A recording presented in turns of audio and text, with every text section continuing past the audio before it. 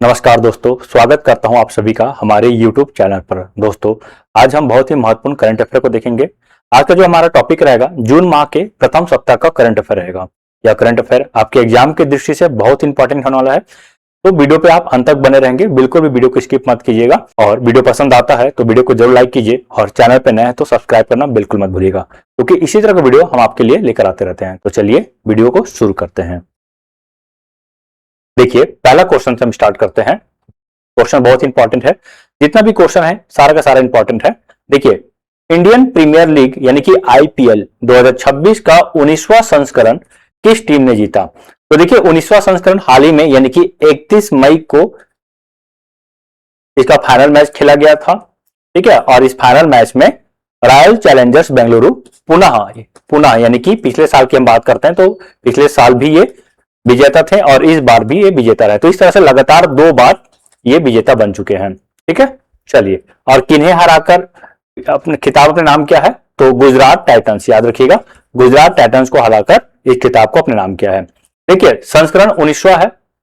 आयोजन तिथि की हम बात करते हैं तो 28 मार्च 2026 से स्टार्ट होकर 31 मई 2026 तक चला है। इसमें कुल 10 टीम ने भाग लिया है।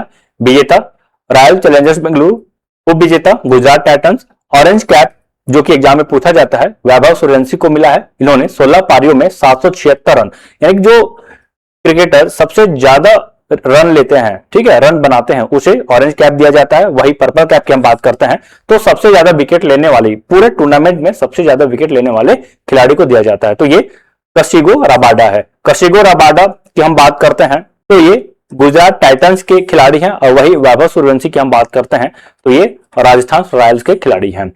ठीक, चलिए, याद रख लीजिएगा, विजेता, उपविजेता, ऑरेंज कैप और पर्पल कैप, ये 4 चीज पूछा ही जाता है। और हाँ दोस्तों, इसका विस्तृत वीडियो मैं ऑलरेडी बना के अपने यूट्यूब चैनल में अपलोड कर दिया हूं, आप बिल्कुल उसको देखिएगा। इसका लिंक मैं आपको डिस्क्रिप्शन में भी दे दूंगा या आई बटन में भी आप देख सकते हैं। चलिए शुरू करते हैं। अगला क्वेश्चन, किसे रक्षा अनुसंधान और विकास संगठन यानी कि डीआरडीओ का अध्यक्ष नियुक्त किया गया है? तो देखिए, इसका सही उत्तर हो जाएगा राजेश कुमार सिंह। राजेश कुमार सिंह को डीआरडीओ का अध्यक्ष नियुक्त किया गया है और ये समीर वी कामत का स्थान लिए हैं। देखिए, वर्तमान रक्षा सचिव राजेश कुमार सिंह को रक्षा अनुसंधान और विकास संगठन के अध्यक्ष का अतिरिक्त प्रभार सौंपा गया है। ध्यान रखेंगे, ये पूर्णकालिक नहीं है, अतिरिक्त प्रभार इन्हें सौंपा गया है। तो ये डॉक्टर समीर वी कामत का स्थान लिए हैं, जो 31 मई 2026 को जिनका कार्यकाल समाप्त हुआ है।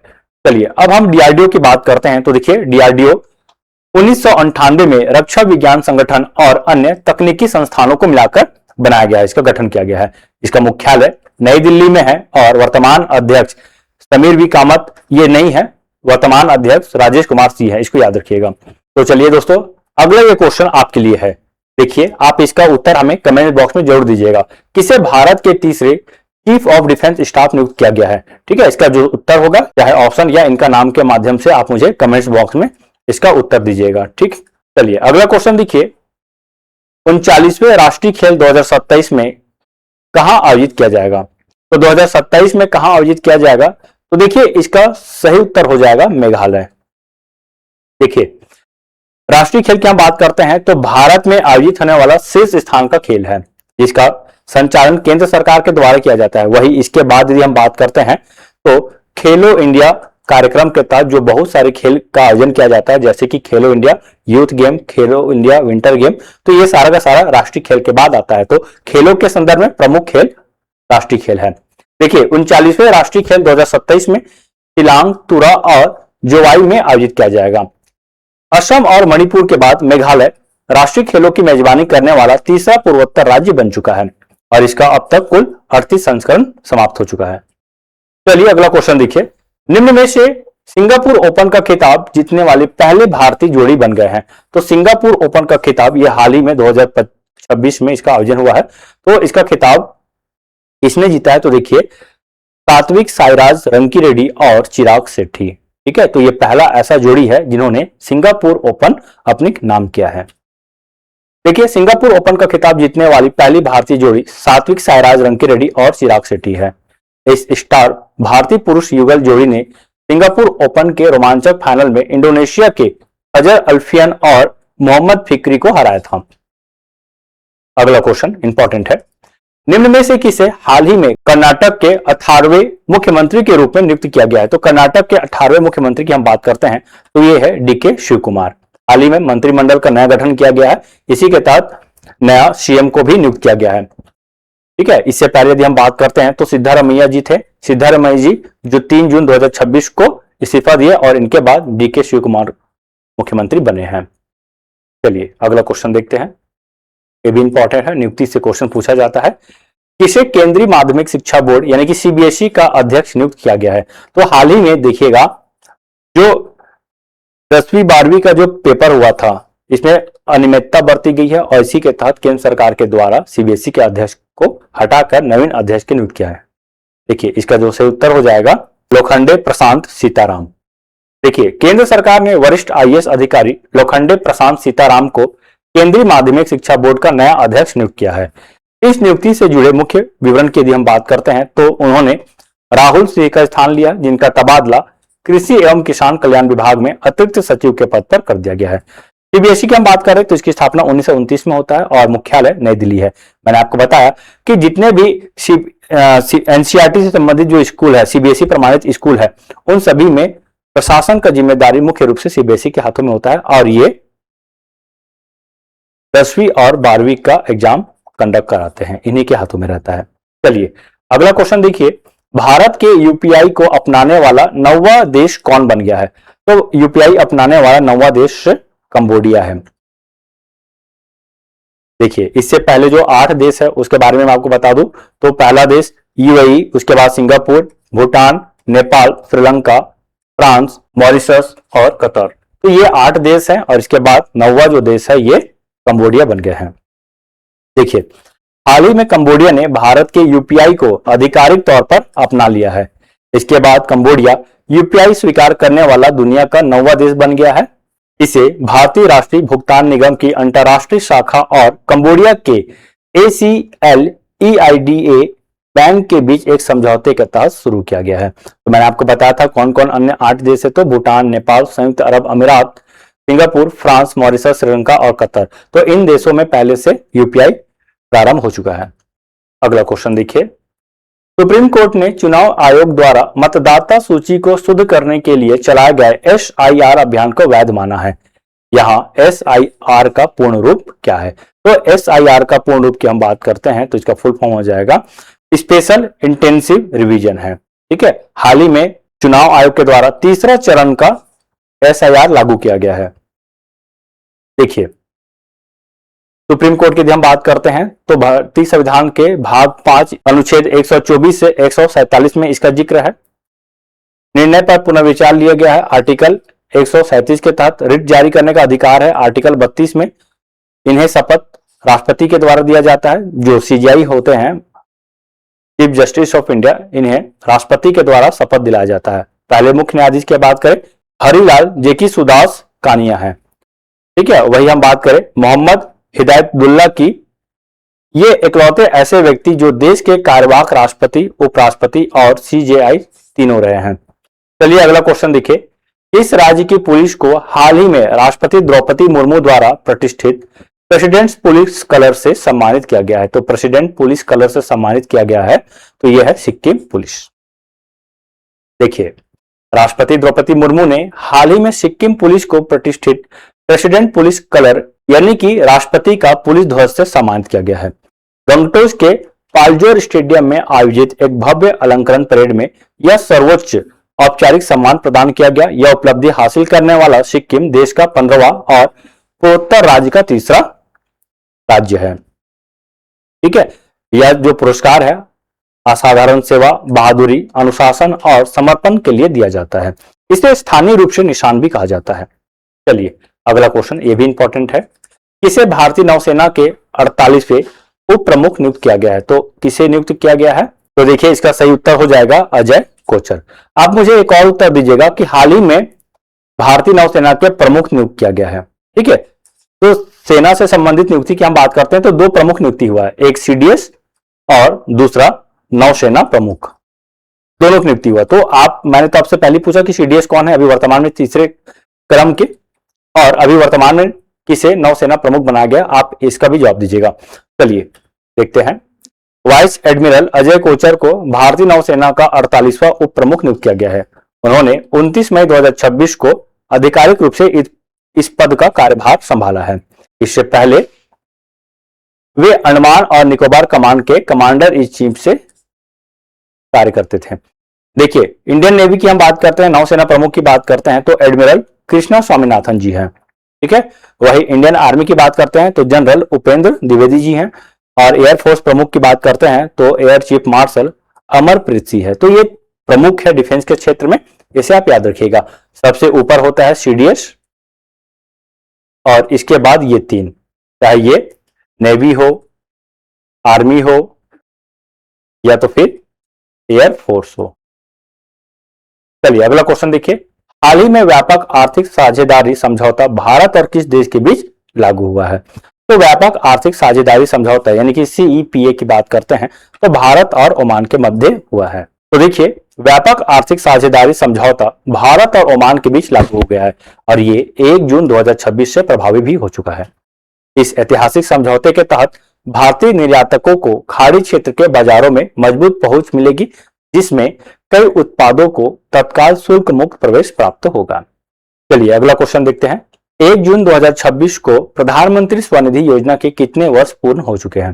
तो स्वनिधि योजना की हम बात करते हैं तो इसे कोरोना काल में लाया गया था। इसका मुख्य उद्देश्य था, जो छोटे मोटे ठेला गुमटी लगाते हैं तो उसे 10,000 रुपए एक मुश्त प्रदान किया जाए, ताकि इस संकट की घड़ी में वो अपने रोजगार को बनाए रखे। तो प्रधानमंत्री स्वनिधि योजना 6 वर्ष पूर्ण कर चुका है। ठीक है, देखिए इसमें 3 चरण में राशि प्रदान किया जाता है। पहले चरण में पहले जो प्रदान किया जाता था 10,000, अब वर्तमान में 15,000 दिया जा रहा है, और इससे पहले 10,000 यदि आप लोन चुका देते हैं तो उसके बाद आपको दूसरे चरण में 20,000 दिया जाता है, वही अब 25,000 हो चुका है, और तीसरे चरण की हम बात करते हैं तो 50,000 दिया जाता है, तो अभी भी 50,000 है। तो वर्तमान में 3 चरणों में प्रधानमंत्री स्वनिधि योजना प्रदान किया जा रहा है। पहले चरण में 15,000, दूसरे चरण में 25,000 और तीसरे चरण में 50,000 है। ठीक है, चलिए यदि हम इसकी बात करते हैं तो यह योजना जून 2020 में लागू किया गया था आवास और शहरी मामलों के मंत्रालय द्वारा। इसकी स्थापना की हम बात करते हैं, प्रारंभ की बात करते हैं तो 1 जून 2020 को प्रधानमंत्री स्वनिधि योजना, यदि हम इसकी फुल फॉर्म की बात करते हैं तो प्रधानमंत्री स्ट्रीट वेंडर आत्मनिर्भर निधि के तहत इस योजना को नाम दिया गया है। अगला क्वेश्चन देखिए, हाल ही में किस राज्य में अन्नपूर्णा भंडार योजना की घोषणा की गई है? देखिए इसका जवाब आपको टेस्ट के थ्रू देना है, यानी कि आप इसका जवाब मुझे कमेंट सेक्शन में दीजिएगा कि किस राज्य में अन्नपूर्णा भंडार योजना लागू किया गया है। अगला क्वेश्चन, ये क्वेश्चन भी इंपॉर्टेंट है। नेशनल फैमिली हेल्थ सर्वे 6 संस्करण 6 है इसका, जो 2024-25 का संस्करण है, के अनुसार 5 वर्ष से कम आयु के बच्चों में कुपोषण की सबसे अधिक व्यापकता किस भारतीय राज्य में दर्ज की गई है? तो किस भारतीय राज्य में दर्ज की गई है? तो इसका सही उत्तर हो जाएगा option number A, Madhya Pradesh. देखिए, राष्ट्रीय परिवार स्वास्थ्य सर्वेक्षण के अनुसार भारत में 5 वर्ष से कम आयु के बच्चों में कुपोषण का स्तर मध्य प्रदेश में सबसे अधिक है। सर्वेक्षण में राज्य में बौनेपन, दुर्बलता और कम वजन वाले बच्चों का उच्च स्तर दर्ज किया गया है। NFHS पूरे भारत में जनसंख्या, स्वास्थ्य, पोषण, परिवार कल्याण और मातृ शिशु स्वास्थ्य संकेतकों पर डेटा प्रदान करता है।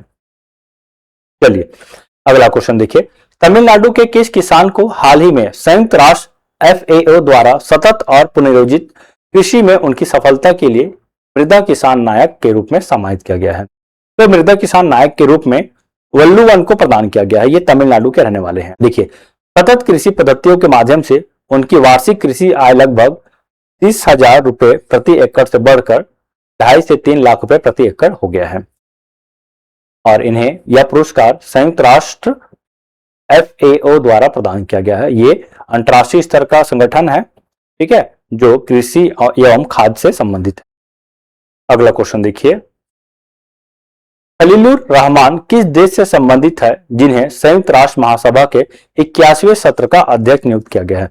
तो हर सत्र के लिए एक अध्यक्ष होता है संयुक्त राष्ट्र महासभा का, जो उसकी अध्यक्षता करता है, और इस बार खलीलुर रहमान को बनाया गया है, और ये बांग्लादेश के रहने वाले हैं। ठीक है, तो देखिए खलीलुर रहमान बांग्लादेश से संबंधित है। वे बांग्लादेश के विदेश मंत्री है, और उन्हें संयुक्त राष्ट्र महासभा के 81वें सत्र का अध्यक्ष चुना गया है। इनका कार्यकाल सितंबर 2026 से प्रारंभ हो जाएगा। देखिए, इससे पहले 80वें सत्र की हम बात करते हैं तो 80वें सत्र की अध्यक्ष है एनालेना बेयरबॉक। एक बहुत इंपॉर्टेंट है, ये हाल ही में भारत के दौरे पर थी। और इंपॉर्टेंट क्वेश्चन है, ये बिहार से संबंधित है। बिहार के एग्जाम में यहां से क्वेश्चन पूछा जा सकता है। देखिए, पटना उच्च न्यायालय की मुख्य न्यायाधीश किसे नियुक्त किया गया है? तो पटना न्यायालय की मुख्य न्यायाधीश की हम बात करते हैं तो यह है मीनाक्षी मदन राय। देखिए, न्यायमूर्ति मीनाक्षी मदन राय को पटना उच्च न्यायालय की मुख्य न्यायाधीश नियुक्त किया गया है। मुख्य न्यायाधीश है दोस्तों, इसलिए बहुत इंपॉर्टेंट होता है। देखिए, उन्होंने निवर्तमान मुख्य न्यायाधीश संगम कुमार साहू की सेवानिवृत्ति, जो कि 4 जून 2026 को रिटायर हुए हैं, इसके बाद 5 जून 2026 को इस पद की शपथ ली है। वह पूर्वोत्तर भारत यानी कि सिक्किम से किसी उच्च न्यायालय की मुख्य न्यायाधीश बनने वाली पहली महिला बन गई है। चलिए अगला क्वेश्चन देखिए, विश्व पर्यावरण दिवस कब मनाया जाता है? तो यदि हम विश्व पर्यावरण दिवस की बात करते हैं तो ये प्रतिवर्ष 5 जून को मनाया जाता है। ठीक है, 5 जून को मनाया जाता है। क्यों मनाया जाता है? तो पर्यावरण संरक्षण को बढ़ावा देने और लोगों में इसके प्रति जागरूकता पैदा करने के लिए यह संयुक्त राष्ट्र का सबसे बड़ा वैश्विक अभियान है। देखिए, इस बार हम बात करते हैं तो इस बार जो विश्व पर्यावरण दिवस मनाया गया तो ये अजरबैजान में मनाया गया है। इसके मुख्य वैश्विक समारोह अजरबैजान के राजधानी बाकू में आयोजित किया गया। इस बार जो थीम था, विषय था, प्रकृति से प्रेरित जलवायु के लिए हमारे भविष्य के लिए, ये इसका थीम है, इसे याद रखिएगा।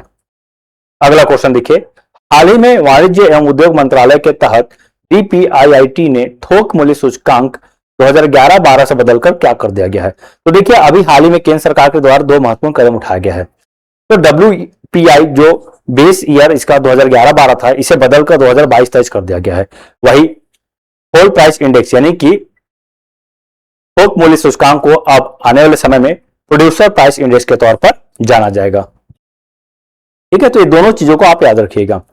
चलिए अगला क्वेश्चन देखिए, इनमें से कौन सा देश पहली बार संयुक्त राष्ट्र सुरक्षा परिषद में अस्थायी सदस्य चुना गया है? तो देखिए, संयुक्त राष्ट्र सुरक्षा परिषद की हम बात करते हैं तो इसमें सदस्य 2 प्रकार के होते हैं। ठीक है, कुल सदस्य की हम बात करते हैं तो 15 सदस्य देश होते हैं, जिसमें 5 स्थायी देश होते हैं और 10 अस्थायी देश होते हैं।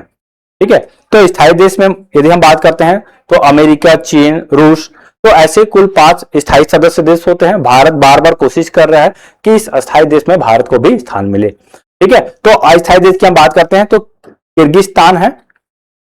देखिए, 3 जून 2026 को हुए चुनाव में किर्गिस्तान पहली बार संयुक्त राष्ट्र सुरक्षा परिषद का अस्थायी सदस्य चुना गया है। 2 वर्ष के लिए चुना जाता है। मैं आपको बता दूं कि ये परमानेंट है और ये जो 10 अस्थायी सदस्य है ये 2 साल में परिवर्तित होते हैं। ठीक है, तो किर्गिस्तान की बात करते हैं तो एशिया प्रशांत समूह से चुना गया इसे। चलिए अगला क्वेश्चन, ये क्वेश्चन भी बहुत इंपॉर्टेंट है। हाल ही में भारत दुनिया का कौन सा सबसे बड़ा सौर ऊर्जा विकास बाजार बन गया है? तो सौर ऊर्जा विकास बाजार की बात करते हैं तो भारत हाल ही में यूएसए को पीछे छोड़ते हुए दूसरे स्थान पर आ गया है। वही हम पहले स्थान की बात करते हैं तो चीन पहले स्थान पर है। ठीक है, याद रखेंगे। भारत की वर्तमान सौर ऊर्जा क्षमता की बात करते हैं तो 150 गीगावाट पहुंच गया है। और वही राज्यों की बात करते हैं तो राज्यों में राजस्थान प्रथम राज्य है जहां सौर ऊर्जा से संबंधित हम उत्पादन क्षमता को बड़े लेवल पर देखते हैं। तो दोस्तों यहीं तक था हमारा वीडियो आपको कैसा लगा कमेंट करके जरूर बताइएगा। वीडियो यदि आपको पसंद आता है तो वीडियो को लाइक कीजिए और चैनल पर नया है तो चैनल को सब्सक्राइब कीजिए। तो मिलते हैं अगले वीडियो के साथ, तब तक के लिए जय हिंद, जय भारत, धन्यवाद।